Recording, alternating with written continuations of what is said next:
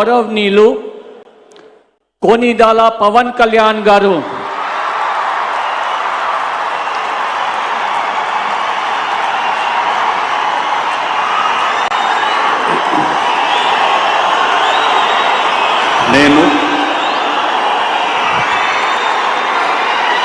కోనిదల పవన్ కళ్యాణ్ అనే నేను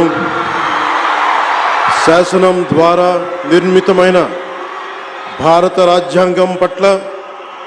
నిజమైన విశ్వాసం విధేయత చూపుతానని, భారతదేశ సార్వభౌమాధికారాన్ని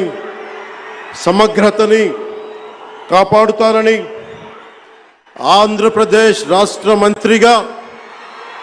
నా కర్తవ్యాలను శ్రద్ధతో అంతఃకరణ శుద్ధితో నిర్వహిస్తానని,